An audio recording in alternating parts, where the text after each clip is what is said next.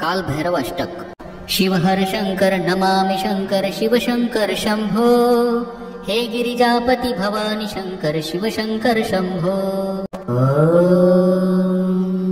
देवराज सेव्यमान पावनांग्रि पंकजं, व्यालयज्ञसूत्रमेन्दुशेखरं कृपाकरं, नारदादि योगिवृन्द वन्दितं दिगम्बरं, काशिकापुराधिनाथ कालभैरवं भजे। भानुकोटिभास्वरं भवब्धितारकं परं, नीलकण्ठमीप्सितार्थदायकं त्रिलोचनं, कालकालमम्बुजाक्षमक्षशूलमक्षरं, काशिकापुराधिनाथ कालभैरवं भजे। शूलटङ्कपाशदण्डपाणिमादिकारणं, श्यामकायमादिदेवमक्षरं निरामयं, भीमविक्रमं प्रभुं विचित्रताण्डवं प्रियं, काशिकापुराधिनाथ कालभैरवं भजे। भुक्तिमुक्तिदायकं प्रशस्तचारु विग्रहं, भक्तवत्सलं स्थितं समस्तलोकविग्रहं, विनिक्वणन् मनोज्ञ हेमकिङ्किणीलसत्कटिं, काशिकापुराधिनाथ कालभैरवं भजे। धर्मसेतुपालकम् अधर्ममार्गनाशकं, कर्मपाशमोचकं सुशर्मदायकं विभुं,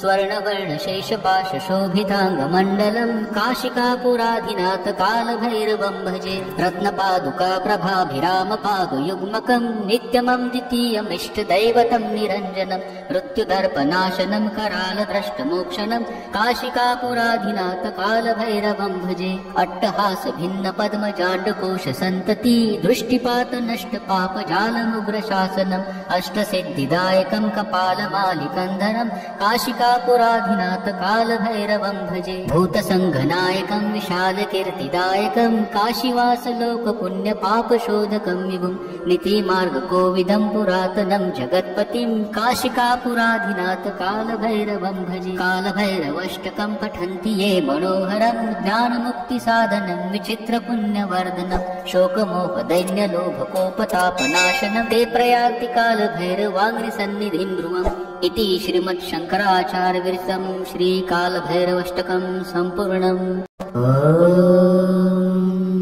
देवराज सेव्यमान पावनांग्रि पंकजं, व्यालयज्ञसूत्रमेन्दुशेखरं कृपाकरं, नारदादि योगिवृन्द वन्दितं दिगम्बरं, काशिकापुराधिनाथ कालभैरवं भजे। भानुकोटिभास्वरं भवब्धितारकं परं, नीलकण्ठमीप्सितार्थदायकं त्रिलोचनं, कालकालमम्बुजाक्षमक्षशूलमक्षरं, काशिकापुराधिनाथ कालभैरवं भजे। शूलटङ्कपाशदण्डपाणिमादिकारणं, श्यामकायमादिदेवमक्षरं निरामयं, भीमविक्रमं प्रभुं विचित्रताण्डवं प्रियं, काशिकापुराधिनाथ कालभैरवं भजे। भुक्तिमुक्तिदायकं प्रशस्तचारु विग्रहं, भक्तवत्सलं स्थितं समस्तलोकविग्रहं, विनिक्वणन् मनोज्ञ हेमकिङ्किणीलसत्कटिं, काशिकापुराधिनाथ कालभैरवं भजे। धर्मसेतुपालकम् अधर्ममार्गनाशकं, कर्मपाशमोचकं सुशर्मदायकं विभुं,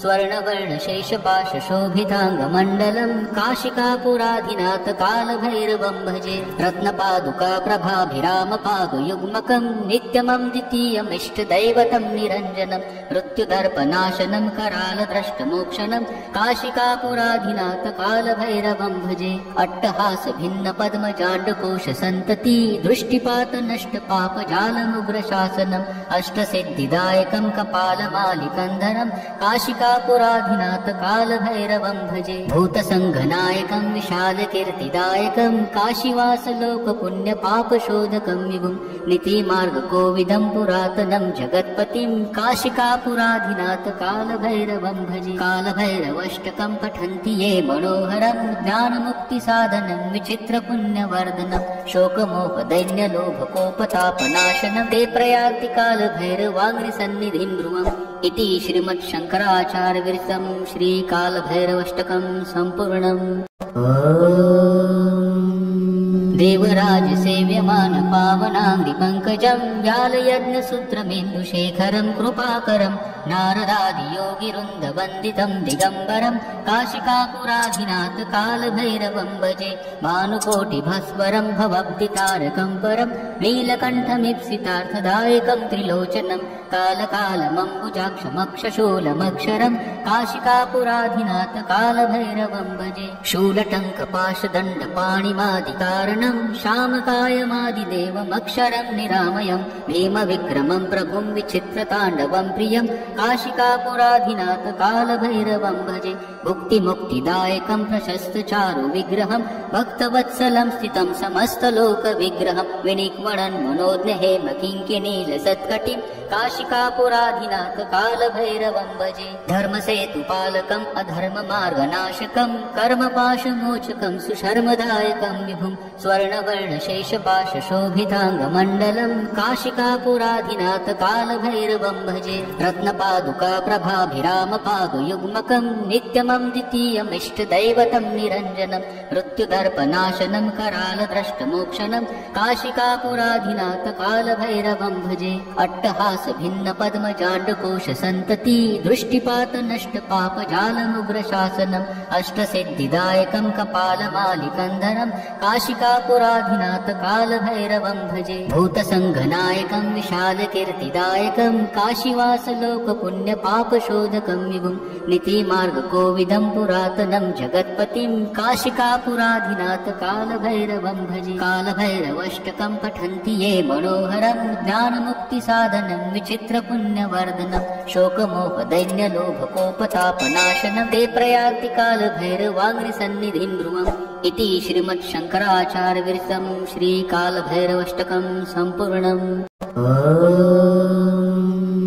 देवराज सेव्यमान पावनाङ्घ्रिपङ्कजं व्यालयज्ञसूत्रमेन्दुशेखरं कृपाकरं नारदादियोगिवृन्दवन्दितं दिगम्बरं काशिकापुराधिनाथ कालभैरवं भजे भानुकोटिभास्वरं भवब्धितारकं परं नीलकण्ठमीप्सितार्थदायकं त्रिलोचनं कालकालमम्बुजाक्षमक्षशूलमक्षरं काशिकापुराधिनाथ कालभैरवं भजे शूलटङ्कपाशदण्डपाणिमादिकारणं शामकायमादिदेवमक्षरं निरामयं भीमविक्रमं प्रभुं विचित्रताण्डवं प्रियं काशिकापुराधिनाथ कालभैरवं भजे भुक्तिमुक्तिदायकं प्रशस्तचारु विग्रहं भक्तवत्सलं स्थितं समस्तलोकविग्रहं विनिक्वणन् मनोज्ञ हेमकिङ्किनीलसत्कटिं काशिकापुराधिनाथ कालभैरवं भजे धर्मसेतुपालकम् अधर्ममार्गनाशकं कर्मपाशमोचकं सुशर्मदायकं विभुं स्वर्णवर्णशेषपाशशोभिताङ्गमण्डलं काशिकापुराधिनाथ कालभैरवं भजे रत्नपादुका प्रभाभिरामपादयुग्मकं नित्यमं द्वितीयमिष्टदैवतं निरञ्जनं मृत्युदर्पनाशनं करालद्रष्टमोक्षणं काशिकापुराधिनाथ कालभैरवं भजे अट्टहासभिन्नपद्मजाण्डकोशसन्तति दृष्टिपातनष्टपापजालमुग्रशासनम् अष्टसिद्धिदायकं कपालमालिकन्धरं काशिकापुराधिनाथ कालभैरवं भजे भूतसङ्घनायकं विशालकीर्तिदायकं काशीवासलोकपुण्यपापशोधकं विभुं नीतिमार्गकोविदं पुरातनं जगत्पतिं काशिकापुराधिनाथ कालभैरवं भजे कालभैरवष्टकं पठन्ति ये मनोहरं ज्ञानमुक्तिसाधनं विचित्रपुण्यवर्धनं शोकमोहदैन्यलोभकोपतापनाशनं ते प्रयान्ति कालभैरवाङ्घ्रिसन्निधिं ध्रुवम् इति श्रीमच्छङ्कराचार्यविरचितं श्रीकालभैरवष्टकं सम्पूर्णम् देवराज सेव्यमान पावनाङ्घ्रिपङ्कजं व्यालयज्ञसूत्रमेन्दुशेखरं कृपाकरं नारदादियोगिवृन्दवन्दितं दिगम्बरं काशिकापुराधिनाथ कालभैरवं भजे भानुकोटिभास्वरं भवब्धितारकं परं नीलकण्ठमीप्सितार्थदायकं त्रिलोचनं कालकालमम्बुजाक्षमक्षशूलमक्षरं काशिकापुराधिनाथ कालभैरवं भजे शूलटङ्कपाशदण्डपाणिमादिकारणं शामकायमादिदेवमक्षरं निरामयं भीमविक्रमं प्रभुं विचित्रताण्डवं प्रियं काशिकापुराधिनाथ कालभैरवं भजे भुक्तिमुक्तिदायकं प्रशस्तचारु विग्रहं भक्तवत्सलं स्थितं समस्तलोकविग्रहं विनिक्वणन् मनोज्ञ हेमकिङ्किनीलसत्कटिं काशिकापुराधिनाथ कालभैरवं भजे धर्मसेतुपालकम् अधर्ममार्गनाशकं कर्मपाशमोचकं सुशर्मदायकं विभुं स्वर्णवर्णशेषपाशशोभिताङ्गमण्डलं काशिकापुराधिनाथ कालभैरवं भजे रत्नपादुका प्रभाभिरामपादुयुग्मकं नित्यमं द्वितीयमिष्टदैवतं निरञ्जनं मृत्युदर्पनाशनं करालद्रष्टमोक्षणं काशिकापुराधिनाथ कालभैरवं भजे अट्टहास भिन्न पद्मजाण्डकोश सन्तति दृष्टिपात नष्ट पापजालमुग्रशासनम् अष्टसिद्धिदायकं कपालमालिकन्धरं काशिकापुराधिनाथ कालभैरवं भजे भूतसङ्घनायकं विशालकीर्तिदायकं काशीवासलोकपुण्यपापशोधकं विभुं नीतिमार्गकोविदं पुरातनं जगत्पतिं काशिकापुराधिनाथ कालभैरवं भजे कालभैरवष्टकं पठन्ति ये मनोहरं ज्ञानमुक्तिसाधनं विचित्रपुण्यवर्धनं शोकमोहदैन्यलोभकोपतापनाशनं ते प्रयान्ति कालभैरवाङ्घ्रिसन्निधिं ध्रुवम् इति श्रीमच्छङ्कराचार्यविरचितं श्रीकालभैरवाष्टकं सम्पूर्णम्। देवराज सेव्यमान पावनाङ्घ्रिपङ्कजं व्यालयज्ञसूत्रमेन्दुशेखरं कृपाकरं नारदादियोगिवृन्दवन्दितं दिगम्बरं काशिकापुराधिनाथ कालभैरवं भजे भानुकोटिभास्वरं भवब्धितारकं परं नीलकण्ठमीप्सितार्थदायकं त्रिलोचनं कालकालमम्बुजाक्षमक्षशूलमक्षरं काशिकापुराधिनाथ कालभैरवं भजे शूलटङ्कपाशदण्डपाणिमादिकारणं श्यामकायमादिदेवमक्षरं निरामयं भीमविक्रमं प्रभुं विचित्रताण्डवं प्रियं काशिकापुराधिनाथ कालभैरवं भजे भुक्तिमुक्तिदायकं प्रशस्तचारु विग्रहं भक्तवत्सलं स्थितं समस्तलोकविग्रहं विनिक्वणन् मनोज्ञहेमकिङ्किनीलसत्कटिं काशिकापुराधिनाथ कालभैरवं भजे धर्मसेतुपालकम् अधर्ममार्गनाशकं कर्मपाशमोचकं सुशर्मदायकं विभुं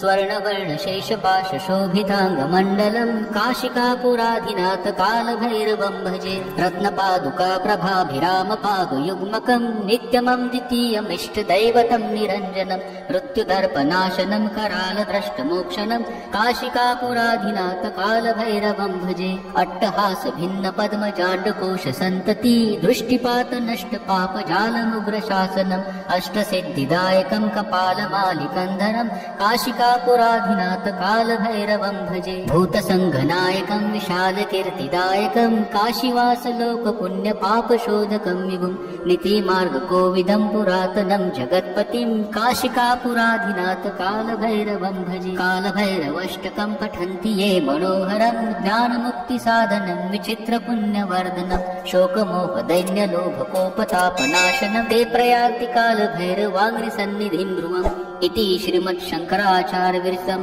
श्रीकालभैरवाष्टकं सम्पूर्णम्। देवराज सेव्यमान पावनाङ्घ्रिपङ्कजं व्यालयज्ञसूत्रमेन्दुशेखरं कृपाकरं नारदादियोगिवृन्दवन्दितं दिगम्बरं काशिकापुराधिनाथ कालभैरवं भजे भानुकोटिभास्वरं भवब्धितारकं परं नीलकण्ठमीप्सितार्थदायकं त्रिलोचनं कालकालमम्बुजाक्षमक्षशूलमक्षरं काशिकापुराधिनाथ कालभैरवं भजे शूलटङ्कपाशदण्डपाणिमादिकारणं श्यामकायमादिदेवमक्षरं निरामयं भीमविक्रमं प्रभुं विचित्रताण्डवं प्रियं काशिकापुराधिनाथ कालभैरवं भजे भुक्तिमुक्तिदायकं प्रशस्तचारु विग्रहं भक्तवत्सलं स्थितं समस्तलोकविग्रहं विनिक्वणन् मनोज्ञहेमकिङ्किनीलसत्कटिं काशिकापुराधिनाथ कालभैरवं भजे धर्मसेतुपालकम् अधर्ममार्गनाशकं कर्मपाशमोचकं सुशर्मदायकं विभुं स्वर्णवर्णशेषपाशशोभिताङ्गमण्डलं काशिकापुराधिनाथ कालभैरवं भजे रत्नपादुका प्रभाभिरामपादुयुग्मकं नित्यमं द्वितीयमिष्टदैवतं निरञ्जनं मृत्युदर्पनाशनं करालद्रष्टमोक्षणं काशिकापुराधिनाथ कालभैरवं भजे अट्टहास भिन्न पद्मजाण्डकोश सन्तति दृष्टिपात नष्ट पापजालमुग्रशासनम् अष्टसिद्धिदायकं कपालमालिकन्धरं काशिकापुराधिनाथ काशिकापुराधिनाथ कालभैरवं भजे भूतसङ्घनायकं विशालकीर्तिदायकं काशीवासलोकपुण्यपापशोधकं विभुं नीतिमार्गकोविदं पुरातनं जगत्पतिं काशिकापुराधिनाथ कालभैरवं भजे कालभैरवष्टकं पठन्ति ये मनोहरं ज्ञानमुक्तिसाधनं विचित्रपुण्यवर्धनं शोकमोहदैन्यलोभकोपतापनाशनं ते प्रयान्ति कालभैरवाङ्घ्रिसन्निधिं ध्रुवम् इति श्रीमच्छङ्कराचार्यविरचितं श्रीकालभैरवाष्टकं सम्पूर्णम्।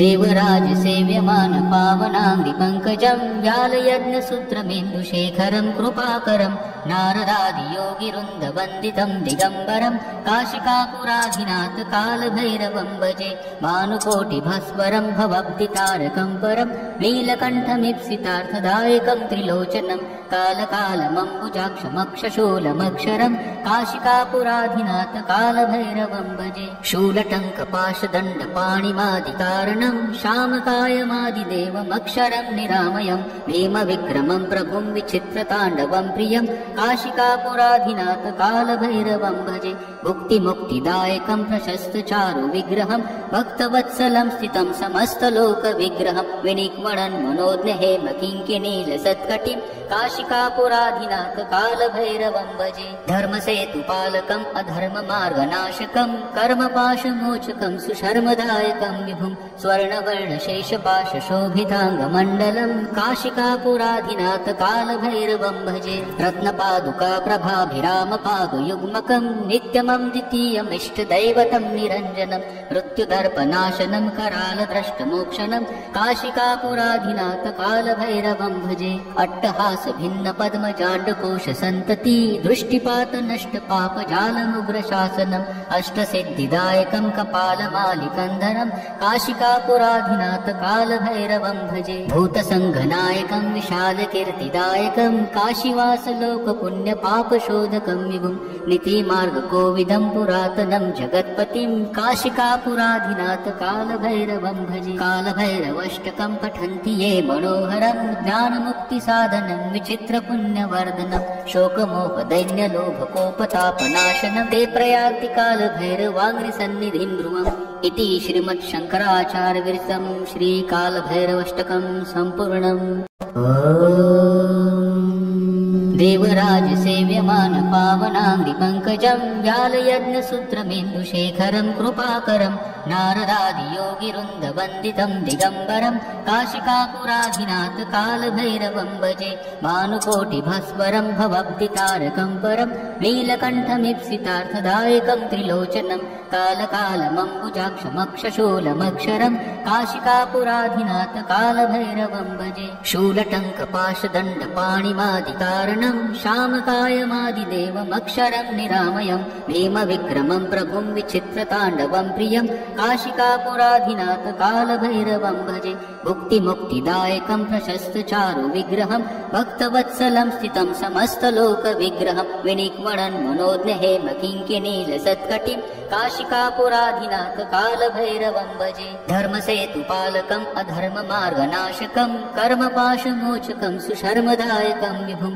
स्वर्णवर्णशेषपाशशोभिताङ्गमण्डलं काशिकापुराधिनाथ कालभैरवं भजे रत्नपादुका प्रभाभिरामपादयुग्मकं नित्यमं द्वितीयमिष्टदैवतं निरञ्जनं मृत्युदर्पनाशनं करालद्रष्टमोक्षणं काशिकापुराधिनाथ कालभैरवं भजे अट्टहासभिन्नपद्मजाण्डकोशसन्तति दृष्टिपातनष्टपापजालमुग्रशासनम् अष्टसिद्धिदायकं कपालमालिकन्धरं काशिकापुराधिनाथ कालभैरवं भजे भूतसङ्घनायकं विशालकीर्तिदायकं काशीवासलोकपुण्यपापशोधकं विभुं नीतिमार्गकोविदं पुरातनं जगत्पतिं काशिकापुराधिनाथ कालभैरवं भजे कालभैरवाष्टकं पठन्ति ये मनोहरं ज्ञानमुक्तिसाधनं विचित्रपुण्यवर्धनं शोकमोहदैन्यलोभकोपतापनाशनं ते प्रयान्ति कालभैरवाङ्घ्रिसन्निधिं ध्रुवम् इति श्रीमच्छङ्कराचार्यविरचितं श्रीकालभैरवाष्टकं सम्पूर्णम्। देवराजसेव्यमान पावनाङ्घ्रिपङ्कजं व्यालयज्ञसूत्रमेन्दुशेखरं कृपाकरं नारदादियोगिवृन्दवन्दितं दिगम्बरं काशिकापुराधिनाथ कालभैरवं भजे भानुकोटिभास्वरं भवब्धितारकं परं नीलकण्ठमीप्सितार्थदायकं त्रिलोचनं कालकालमम्बुजाक्षमक्षशूलमक्षरं काशिकापुराधिनाथ कालभैरवं भजे शूलटङ्कपाशदण्डपाणिमादिकारणं श्यामकायमादिदेवमक्षरं निरामयं भीमविक्रमं प्रभुं विचित्रताण्डवं प्रियं काशिकापुराधिनाथ कालभैरवं भजे भुक्तिमुक्तिदायकं प्रशस्तचारु विग्रहं भक्तवत्सलं स्थितं समस्तलोकविग्रहं विनिक्वणन् मनोज्ञ हेमकिङ्किणीलसत्कटिं काशिकापुराधिनाथ कालभैरवं भजे धर्मसेतुपालकम् अधर्ममार्गनाशकं कर्मपाशमोचकं सुशर्मदायकं विभुं स्वर्णवर्णशेषपाशशोभिताङ्गमण्डलं काशिकापुराधिनाथ कालभैरवं भजे रत्नपादुका प्रभाभिरामपादयुग्मकं नित्यमं द्वितीयमिष्टदैवतं निरञ्जनं मृत्युदर्पनाशनं करालद्रष्टमोक्षणं काशिकापुराधिनाथ कालभैरवं भजे अट्टहासभिन्नपद्मजाण्डकोशसन्तति दृष्टिपातनष्टपापजालमुग्रशासनम् अष्टसिद्धिदायकं कपालमालिकन्धरं काशिकापुराधिनाथ कालभैरवं भजे भूतसङ्घनायकं विशालकीर्तिदायकं काशीवासलोकपुण्यपापशोधकं विभुं नीतिमार्गकोविदं पुरातनं जगत्पतिं काशिकापुराधिनाथ कालभैरवं भजे कालभैरवष्टकं पठन्ति ये मनोहरं ज्ञानमुक्तिसाधनं विचित्रपुण्यवर्धनं शोकमोहदैन्यलोभकोपतापनाशनं ते प्रयान्ति कालभैरवाङ्घ्रिसन्निधिं ध्रुवम् इति श्रीमच्छङ्कराचार्यविरचितं श्रीकालभैरवाष्टकं सम्पूर्णम्। देवराजसेव्यमान पावनाङ्घ्रिपङ्कजं व्यालयज्ञसूत्रमेन्दुशेखरं कृपाकरं नारदादियोगिवृन्दवन्दितं दिगम्बरं काशिकापुराधिनाथ कालभैरवं भजे भानुकोटिभास्वरं भवब्धितारकं परं नीलकण्ठमीप्सितार्थदायकं त्रिलोचनं कालकालमम्बुजाक्षमक्षशूलमक्षरं काशिकापुराधिनाथ कालभैरवं भजे शूलटङ्कपाशदण्डपाणिमादिकारणं श्यामकायमादिदेवमक्षरं निरामयं भीमविक्रमं प्रभुं विचित्रताण्डवं प्रियं काशिकापुराधिनाथ कालभैरवं भजे भुक्तिमुक्तिदायकं प्रशस्तचारु विग्रहं भक्तवत्सलं स्थितं समस्तलोकविग्रहं विनिक्वणन् मनोज्ञ हेमकिङ्किणीलसत्कटिं काशिकापुराधिनाथ कालभैरवं भजे धर्मसेतुपालकम् अधर्ममार्गनाशकं कर्मपाशमोचकं सुशर्मदायकं विभुं स्वर्णवर्णशेषपाशशोभिताङ्गमण्डलं काशिकापुराधिनाथ कालभैरवं भजे रत्नपादुका प्रभाभिरामपादयुग्मकं नित्यमं द्वितीयमिष्टदैवतं निरञ्जनं मृत्युदर्पनाशनं करालद्रष्टमोक्षणं काशिकापुराधिनाथ कालभैरवं भजे अट्टहासभिन्नपद्मजाण्डकोशसन्तति दृष्टिपातनष्टपापजालमुग्रशासनम् अष्टसिद्धिदायकं कपालमालिकन्धरं काशिकापुराधिनाथ कालभैरवं भजे भूतसङ्घनायकं विशालकीर्तिदायकं काशीवासलोकपुण्यपापशोधकं विभुं नीतिमार्गकोविदं पुरातनं जगत्पतिं काशिकापुराधिनाथ कालभैरवं भजे कालभैरवाष्टकं पठन्ति ये मनोहरं ज्ञानमुक्तिसाधनं विचित्रपुण्यवर्धनं शोकमोहदैन्यलोभकोपतापनाशनं ते प्रयान्ति कालभैरवाङ्घ्रिसन्निधिं ध्रुवम् इति श्रीमच्छङ्कराचार्यविरचितं श्रीकालभैरवाष्टकं सम्पूर्णम्।